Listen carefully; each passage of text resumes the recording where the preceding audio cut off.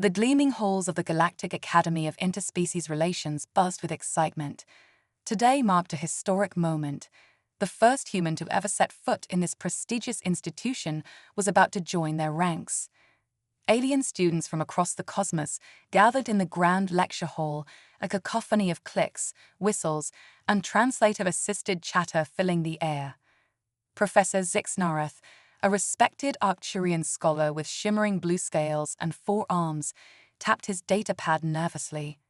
He had spent cycles preparing for this day, studying Earth's history and customs.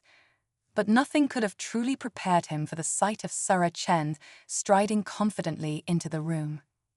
Sarah, a former United Earth Space Force captain with a mischievous glint in her dark eyes, took in the array of alien life forms before her.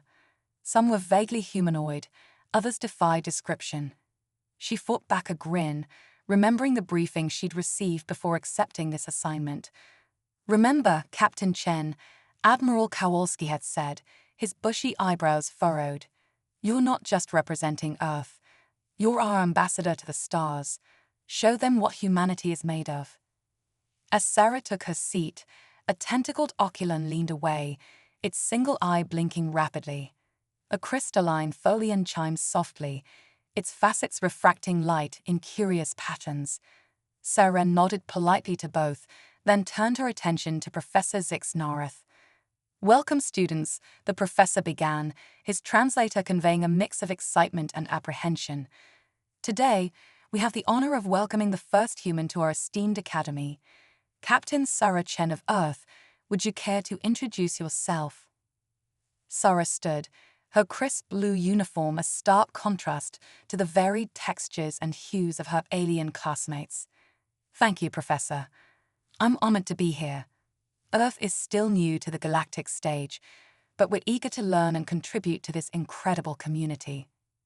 A Veldaran in the front row, its feathered crest vibrating with curiosity, raised a wing-like appendage.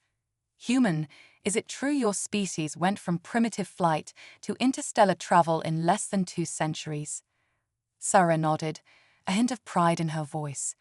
"That's correct. We're a determined bunch." Murmurs rippled through the room. The folion chimed again, its crystalline voice tinkling through the translator. "Such rapid advancement is unprecedented. How did you overcome the resource limitations of your world?" "Necessity is the mother of invention," Sarah replied. "We learned to adapt, to make do with what we had. When Earth's resources began to dwindle, we looked to the stars." Professor Zixnarath interjected, his scales shimmering with excitement. "This is precisely why we've invited a human to join us. Their unique perspective and problem-solving abilities could revolutionize our understanding of galactic diplomacy and cooperation." A hulking Krafak in the back, its exoskeleton gleaming under the lights, growled through its translator. "Humans are known for their aggressive tendencies. How can we trust them in delicate diplomatic situations?" Sarah met the Krafak's compound eyes unflinchingly. "It's true, our history isn't without conflict. But those same traits that led to war have also driven us to great achievements. We're passionate, yes, but that passion can be channeled into cooperation and mutual growth." The room fell silent, each being processing this new information. Professor Zixnarath seized the moment. "Let's begin with a practical exercise. We'll simulate a first contact scenario between 2 previously unknown species. Captain Chen, would you represent humanity? And yes, Grixthor of the Tsar Collective, you'll represent a newly discovered civilization." Sarah moved to the front of the room, facing a tall, willowy being with iridescent skin. Grixthor towered over her, tendrils waving gently around its elongated head. "You've just encountered each other in neutral space," the professor explained. "Your goal is to establish peaceful communication and lay the groundwork for future relations. Begin." Sarah took a deep breath, then smiled up at Grixthor. "Greetings," she said, raising her hand in a traditional Earth wave. "I am Sarah Chen of Earth. We come in peace and friendship." Grixthor's tendrils twisted in complex patterns. The translator struggled for a moment before conveying, The Tsar acknowledged your presence, Earth being. Your form is unfamiliar. Are you a carbon-based life form? Yes, we are, Sarah replied. And you? Your bioluminescence is fascinating. Is it a form of communication? Brixthor's skin pulsed with soft light. Indeed, we communicate through light and vibration. Your auditory method is intriguing. What is the purpose of these protrusions on the sides of your head? Sarah chuckled. Those are our ears. They help us hear sounds. She paused, an idea forming. Would you be interested in an exchange of cultural information? We could learn so much from each other. The alien's tendrils waved excitedly. The Tsar are always eager for new knowledge. We propose an exchange of scientific data as a gesture of goodwill. As the simulation continued, the other students watched in rapt attention. Humans, it seemed, had a knack for finding common ground even in the most alien of situations. Professor Zixnareth observed with growing admiration. The humans' approach was unorthodox, blending formal diplomacy with a casual friendliness that seemed to put Grixthor at ease. It was a far cry from the rigid protocols most species adhered to. As the exercise concluded, the professor addressed the class. Excellent work, both of you. Now, class, what observations can we make about the human approach to first contact? The opulent's eyes swiveled towards Sarah. The human showed remarkable adaptability, quickly adjusting her communication style to match the Tsar's preferences. The Velderon trilled softly. I noticed a strong emphasis on finding shared interests. The human seemed genuinely curious about the Tsar, which facilitated trust. Precisely, Zixnareth agreed. Captain Chen demonstrated a key principle of successful interspecies relations: genuine curiosity and respect for differences. Sarah returned to her seat, feeling a mix of pride and humility. This was just the beginning, she knew. Humanity had so much to learn, but also so much to offer. As the class continued, discussing various diplomatic strategies and historical first contacts, Sarah found herself increasingly engaged. The wealth of knowledge and experience in this room was staggering. Earth might be new to the galactic stage, but with allies and teachers like these, their future looked bright indeed. The Krathak who had initially expressed doubts raised a clawed appendage. Human, your approach was unexpected. How do you balance this openness with the need for caution in potentially dangerous situations? Sarah considered the question carefully. It's a delicate balance, she admitted. We always prioritize the safety of our people, but we found that approaching new situations with optimism and openness often leads to better outcomes. Fear and suspicion can become self-fulfilling prophecies. Professor Zixnareth nodded approvingly. An insightful observation, Captain Chen. Class, this touches on a fundamental principle of galactic diplomacy: the impact of preconceptions on interspecies relations. As the lecture drew to a close, Sarah felt a sense of accomplishment. She had taken the first steps in bridging the gap between humanity and the wider galactic community. There would be challenges ahead, misunderstandings to navigate, and prejudices to overcome. But looking around at the diverse beings she now called classmates, Sarah knew that the potential for cooperation and mutual growth was limitless. The professor's final words resonated through the hall. Remember, future diplomats, every first contact is an opportunity to expand our collective knowledge and understanding. Approach each encounter with an open mind, genuine curiosity, and respect for the vast diversity of life in our galaxy. As the students filed out, Sarah found herself surrounded by a group of curious aliens, each eager to learn more about Earth and its people. She smiled, ready to answer their questions and ask plenty of her own. This, she realized, was what it meant to be a true citizen of the galaxy. The adventure was just beginning, and humanity was ready to make its mark among the stars. Months had passed since Sarah Chen's arrival at the Galactic Academy of Interspecies Relations. The initial novelty of a human in their midst had given way to a grudging respect among her alien classmates.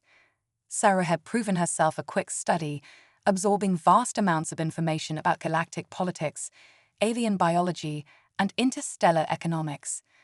But it was during the Academy's annual Innovation Symposium that humanity's unique approach to problem-solving truly shone. The Grand Exhibition Hall buzzed with activity. Holographic displays showcased cutting-edge technologies from across the galaxy. Gravity-defying Quixilian architecture competed for attention with Giordani's psychic amplifiers. In one corner, a group of Medusan scientists demonstrated a device that could predict solar flares with uncanny accuracy. Sarah stood before her own modest display, a nervous energy coursing through her. Her project seemed almost primitive compared to the marvels around her, but she knew its potential. Taking a deep breath, she activated the holographic interface. A swirling mass of debris appeared above the display, a perfect recreation of the infamous Theta Cassini asteroid field. This treacherous region of space had claimed countless ships over the centuries, its ever-shifting maze of rocks defying traditional navigation systems. Interesting choice of subject, human, came a familiar voice. Professor Zixnareth approached, his scales shimmering with curiosity. The Theta Cassini field has long been a bane to interstellar trade. Many have tried to chart a safe passage, but none has succeeded. Sarah nodded, a glint of determination in her eyes. That's about to change, Professor. Allow me to introduce the Adaptive Resonance Mapping System, or ARMS. With a few deft movements, she manipulated the holographic controls. A web of pulsing energy lines spread through the asteroid field, connecting the fragments in an intricate, ever-changing network. ARMS uses a combination of quantum entanglement and gravimetric sensors to create a real-time, adaptive map of the asteroid field, Sarah explained. It doesn't just plot a single safe course, it continuously recalculates millions of potential paths, adjusting for the slightest shifts in the debris. The professor's eyes widened as he watched the simulation. A virtual ship navigated the treacherous field, the energy web constantly reconfiguring around it to reveal safe passages. Remarkable, Zixnareth breathed. But surely the computational power required for such calculations would be enormous. Sarah grinned. That's where human ingenuity comes in. We've developed a bio-neural interface that allows the ship's computer to work in tandem with the pilot's brain.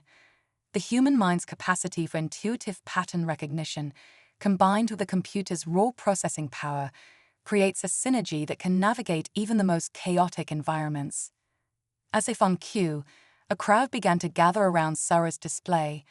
Beings of all shapes and sizes watched in awe as the simulated ship danced through the asteroid field, effortlessly avoiding collisions. A Vulcan engineer, its tentacles twitching with excitement, spoke up. This technology could revolutionize space travel, not just for asteroid fields, but for navigating plasma storms, quantum filaments, even the event horizons of black holes. Sarah nodded, her excitement building. Exactly. And it's not limited to navigation. The same principles could be applied to optimize energy grids, predict weather patterns on chaotic planets, even model complex ecosystems for terraforming projects. The crowd's murmurs grew louder, a mix of excitement and disbelief. A Thorian diplomat, its crystalline form glittering, chimed in. How did your species conceive of such a solution? Our own scientists have grappled with the Theta Cassini problem for generations. Sarah paused, considering her words carefully. I think it comes down to our history. Earth is, well, it's a bit of a mess sometimes. We've had to adapt to rapidly changing environments, both natural and man-made. That's bred a kind of adaptability, a willingness to think outside conventional boundaries. Professor Zixnareth nodded thoughtfully. Indeed, it's one of the reasons we were so keen to bring humans into the Academy. Your species has a knack for finding unconventional solutions to age-old problems. As the day wore on, Sarah's display became one of the symposium's main attractions. Scientists, engineers, and diplomats from across the galaxy crowded around, eager to learn more about this human innovation. But not everyone was thrilled with the attention Sarah was receiving. In a quiet corner of the exhibition hall, a group of Krethak delegates huddled together, their exoskeletons clicking softly as they conversed. "This human technology is concerning," one of them growled, its translator barely masking the tension in its voice. "If they can map chaotic systems with such accuracy, what's to stop them from using it for military applications?" Another Krothak, its carapace bearing the insignia of a high-ranking official, nodded grimly. "We must be cautious. Humanity's rapid advancement could upset the delicate balance of power in the galaxy. Perhaps it's time we took preemptive measures." Unaware of the plotting taking place, Sarah continued to field questions and explain the intricacies of arms to her fascinated audience. She felt a surge of pride, not just for herself, but for all of humanity. This was why she had come to the Academy, to show the galaxy what humans were capable of, to forge connections and contribute to the greater good of all species. As the symposium drew to a close, Professor Zixnoreth approached Sarah once more. "Captain Chen, your project has caused quite a stir. The Academy Board is impressed, to say the least. They've proposed fast-tracking the integration of arms into the galactic infrastructure." Sarah's eyes widened. "That's incredible, Professor. I had hoped the technology would be useful, but I never expected such a rapid adoption." The professor's scales rippled with what Sarah had come to recognize as a smile. "Your species continues to surprise us, Captain, but I must warn you, not everyone will welcome such rapid change. There are those who fear humanity's potential, who see your ingenuity as a threat rather than an asset." Sarah nodded, her expression growing serious. "I understand, Professor. We faced similar challenges throughout our history. All we can do is continue to prove ourselves through our actions, to show that we're here as partners, not conquerors." As they walked towards the exit, neither Sarah nor the professor noticed the Krothak delegates watching them intently, their compound eyes gleaming with a mix of fear and determination. The success of the Innovation Symposium marked a turning point for humanity's place in the galactic community. Sarah's arms technology was just the beginning. As news of the breakthrough spread, more human scientists and engineers were invited to share their innovations. Earth's unique approach to problem-solving, born from millennia of adaptation and survival on a chaotic world, was proving to be a valuable asset in tackling the universe's greatest challenges. From revolutionizing terraforming techniques to developing more efficient, faster-than-light drives, humans were making their mark on the stars. But with great progress comes great responsibility and great risk. As humanity's influence grew, so too did the whispers of discontent among certain factions. The galaxy was changing, and not everyone was prepared for the pace of that change. Sarah Chen, standing at the forefront of this new era of human-alien cooperation, knew that the real challenges were just beginning. The stars held infinite possibilities, but also hidden dangers. It would take all of humanity's ingenuity, adaptability, and determination to navigate the complex web of galactic politics and prove that they truly belonged among the cosmos.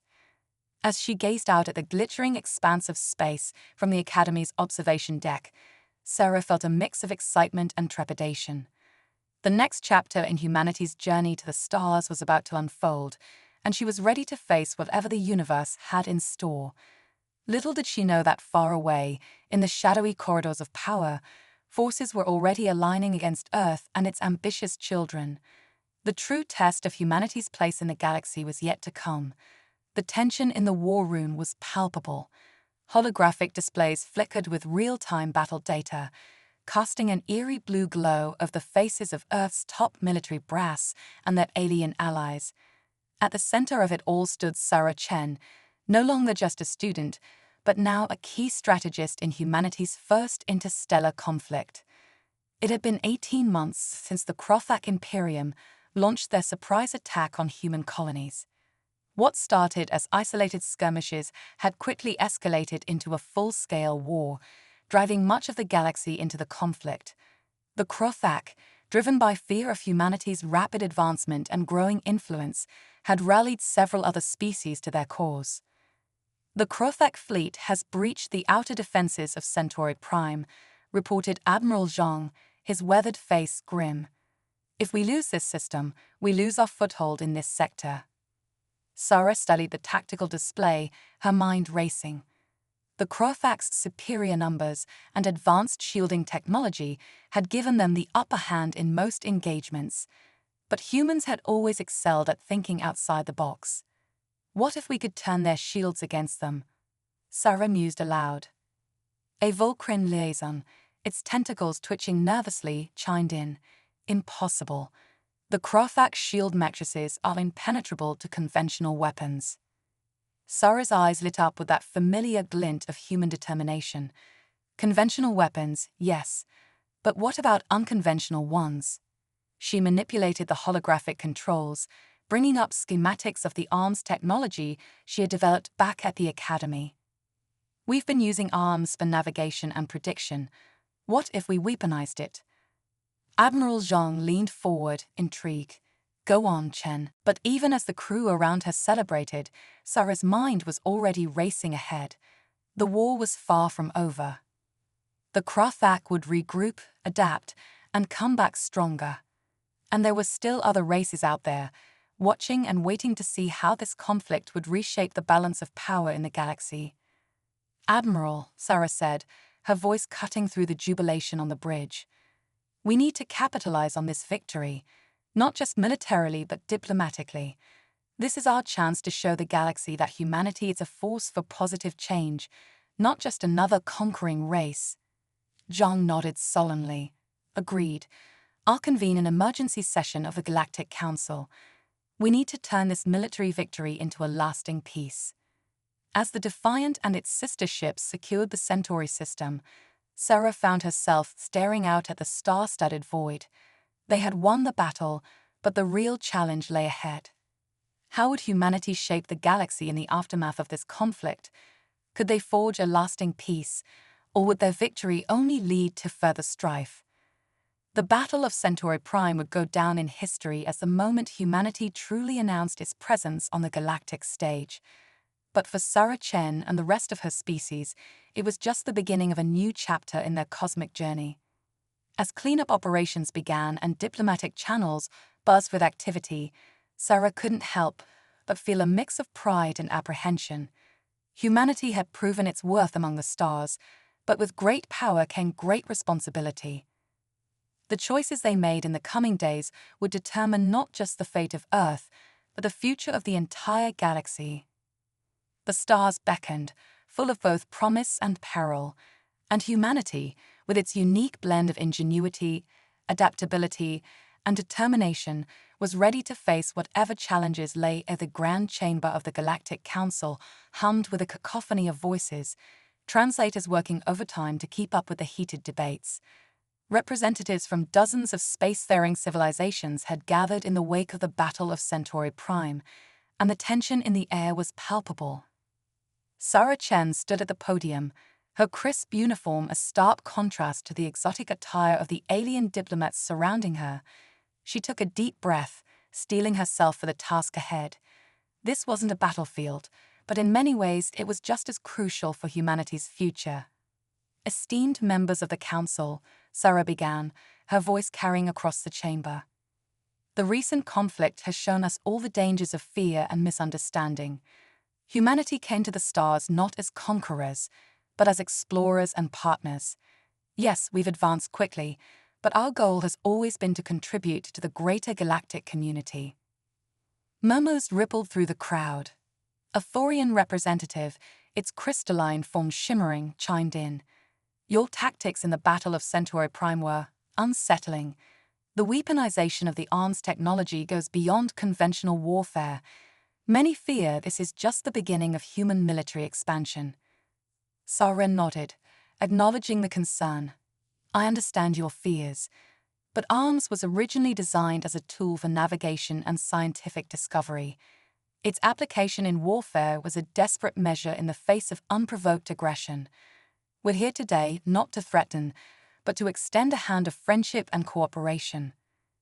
As Sarah continued her address, outlining proposals for joint scientific ventures and cultural exchange programs, the atmosphere in the chamber gradually shifted. Many of the alien representatives, initially wary, found themselves intrigued by the human perspective. A Vulcan diplomat, its tentacles weaving intricate patterns, spoke up. The Vulcan Collective has worked closely with humans since their arrival on the galactic stage. We can attest to their creativity, adaptability, and genuine desire for peaceful coexistence. Perhaps it's time we all reconsidered our preconceptions. Not everyone was convinced, however. The Crofat delegation, much reduced after their defeat, chittered angrily among themselves. Their lead diplomat, a battle-scarred veteran named Krazak, stepped forward. "Pretty words, human," Krazak growled, mandibles clicking. "But actions speak louder. Your species has upset the balance of power that has maintained peace for millennia. How can we trust that you won't use your technological advantage to dominate us all?" The chamber fell silent, all eyes turning to Sarah. This was the crux of the matter, the fear that had driven the Krafak to war in the first place. Sarah met Krazek's compound eyes unflinchingly. "Trust is earned, not given. We're not asking for blind faith, but for a chance to prove ourselves through actions, not just words. That's why we're proposing the Galactic Cooperative Initiative." With a gesture, Sarah brought up a holographic display in the center of the chamber. It showed a network of interconnected research stations, trade routes, and diplomatic outposts spanning the known galaxy. "This initiative," Sarah explained, "will be a joint effort. Shared technology, open scientific collaboration, and a mutual defense pact. No single species, humans included, will have unilateral control. Together, we can push the boundaries of science, explore the unknown, and ensure the security of all our peoples." The proposal sparked intense debate. Some races, like the scientifically minded Medusan Consortium, were immediately intrigued by the possibilities. Others, still wary of human intentions, needed more convincing. As the discussions wore on, an unexpected voice cut through the clamor. Professor Zixnarath, Sarah's old mentor from the academy, stepped onto the council floor. "My fellow beings," the Arcturian scholar began, his scales shimmering with emotion. "I've had the privilege of observing humanity up close since their arrival in our community. Yes, they are different. Yes, they challenge our established ways of thinking. But isn't that precisely what we need?" Zixnarath gestured towards the holographic display of the cooperative initiative. "For too long, we've stagnated, content with the status quo. Humanity brings a fresh perspective, a drive to innovate that many of us had forgotten. Their proposal today is not a threat, but an opportunity, a chance for all of us to grow together." The professor's words seemed to resonate with many in the chamber. Gradually, the mood shifted from suspicion to cautious optimism. Even some of the Krofak representatives appeared to be reconsidering their hardline stance. As the council session stretched into its second day, alliances began to form. The Vulcan Collective, already friendly with Earth, threw its full support behind the cooperative initiative. The Medusans, excited by the prospects of joint scientific ventures, joined soon after. One by one, more races pledged their support.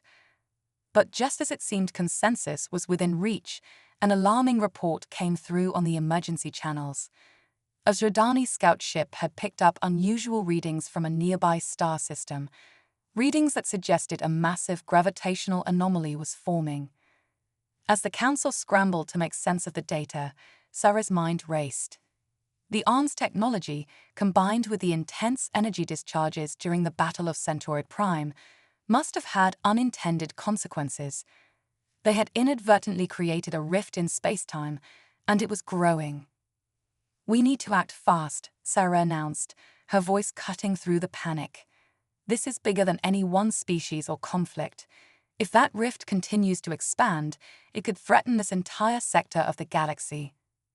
For a moment, the chamber was silent as the gravity of the situation sank in.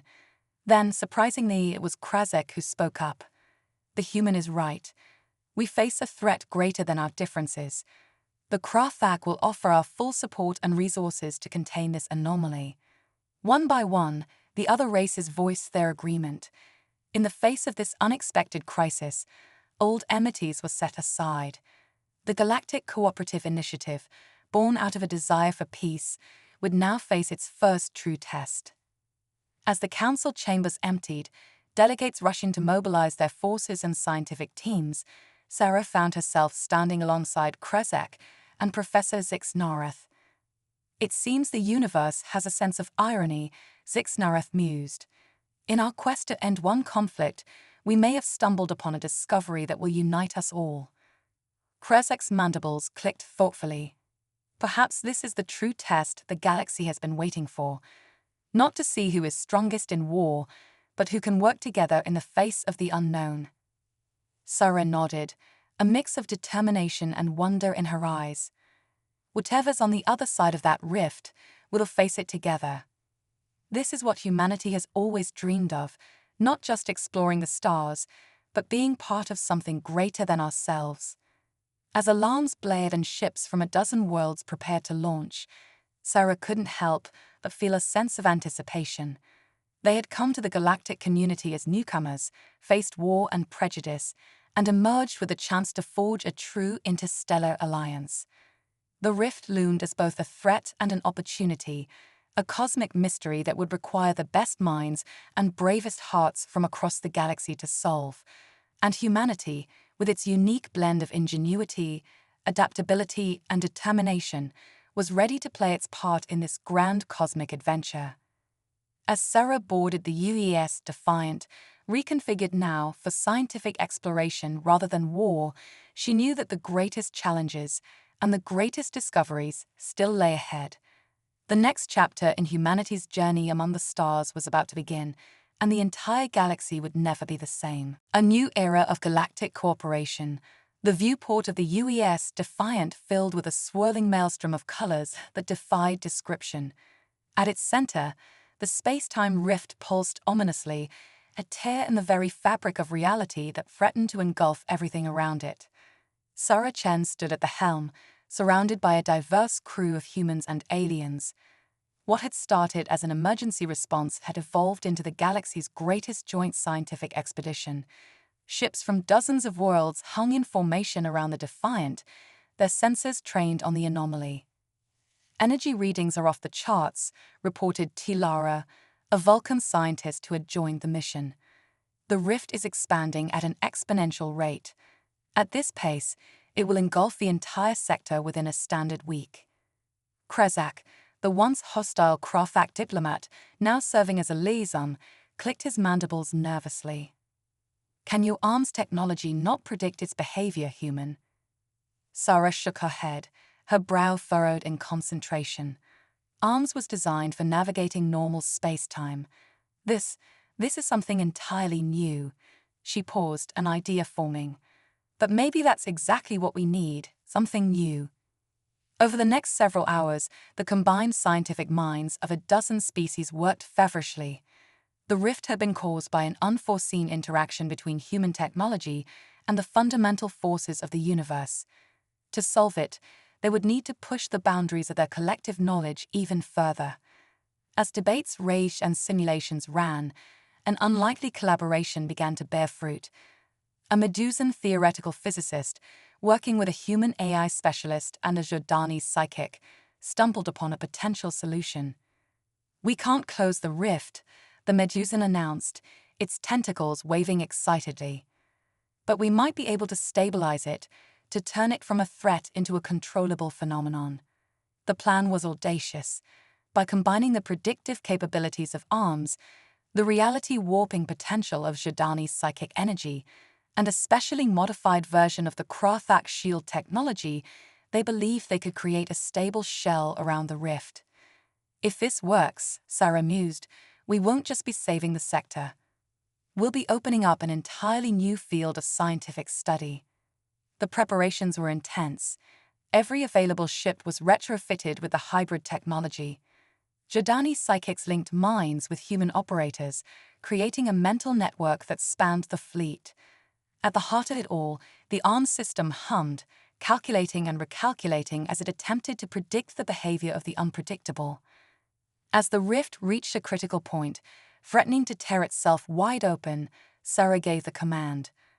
All ships, initiate containment sequence. Now. The space around the anomaly lit up as dozens of energy beams converged. The rift writhed and pulsed, fighting against the imposed order. For several tense minutes, it seemed as though the very fabric of space-time would tear apart. And then, gradually, the chaos began to subside. The wild energies of the rift were corralled, shaped by the combined will and technology of the galactic community. Where there had been a gaping wound in reality, there now hung a shimmering, stable portal. A cheer went up across the fleet, translated into 100 alien languages. They had done it. Together, they had faced the unknown and emerged victorious. As the initial elation subsided, the implications of what they had achieved began to sink in. This wasn't just a scientific breakthrough, it was the dawn of a new era. In the weeks and months that followed, the stabilized rift became the focal point of the galaxy's greatest joint research initiative. Preliminary probes sent through the portal returned with data that boggled the minds of even the most seasoned scientists. New forms of energy, glimpses of alternate realities, and hints of civilizations beyond anything they had imagined. The Galactic Cooperative Initiative, born out of the need for post-war reconciliation, found its true purpose. Research outposts sprang up around the rift, staffed by mixed teams from all corners of known space. The spirit of cooperation that had saved them from disaster now drove them to explore the greatest mystery the universe had yet presented. Sarah, hailed as a hero for her role in both the war and the rift crisis, found herself in a unique position. As one of the architects of this new galactic order, she worked tirelessly to ensure that the lessons learned were not forgotten. "We came to the stars looking for new frontiers," she said in an address to the newly formed Galactic Senate. "What we found was a community. Our differences, the very things that once divided us, have proven to be our greatest strength. Together, there's no challenge we cannot overcome, no horizon we cannot reach." The speech was met with resounding approval. Even the Krothak, once bitter enemies, had come to respect the humans. The Krothak shields work by creating a phase-shifted barrier around their ships, Sarah explained. But what if we could use arms to predict the exact frequency and timing of those phase shifts? We could modulate our weapons fire to slip through the gaps. The room erupted in a flurry of discussion. Alien advisors debated the ethics of such a tactic, while human engineers frantically ran simulations. "It's a long shot," Admiral Zhang said, "but it might be our only chance. How quickly can we implement this?" Sarah took a deep breath. "With the resources at hand and a bit of human ingenuity, give us 6 hours." The next few hours were a whirlwind of activity. Sarah worked alongside a team of human and alien engineers, reproposing arms units and modifying weapon systems. The plan was audacious. Use arms to create a predictive model of the Krothak shield fluctuations, then synchronize their entire fleet's weapons to fire in the millisecond gaps between shield phases. As the deadline approached, Sarah found herself on the bridge of the UES Defiant, Earth's most advanced battlecruiser. Through the viewscreen, she could see the looming shapes of the Krothak dreadnoughts, their hulls bristling with weapons. "Arms integration complete," reported the ship's AA. "Weapon synchronization at 99.7% across the fleet." Admiral Zhang's voice crackled over the comm. "All ships, prepare to engage on my mark. Chen, this better work." Sarah's hands flew over the controls, making last-second adjustments. "Trust me, Admiral, humanity didn't come this far to fail now." The seconds ticked by, tension mounting. Then, mark. The space around Centauri Prime erupted in a dazzling display of firepower. Human ships, previously outgunned and outmaneuvered, suddenly found their shots slipping past the seemingly impenetrable Krothak shields. Explosions blossomed across enemy hulls as precisely timed salvos found their marks. On the Defiance Bridge, the crew watched in awe as the tide of battle turned. The Krothak, caught off guard by this impossible breach of their defenses, fell into disarray. "It's working," shouted the tactical officer. "Their fleet formation is breaking up." Sarah allowed herself a small smile. Now for Phase 2. All ships execute Maneuver Omega-3.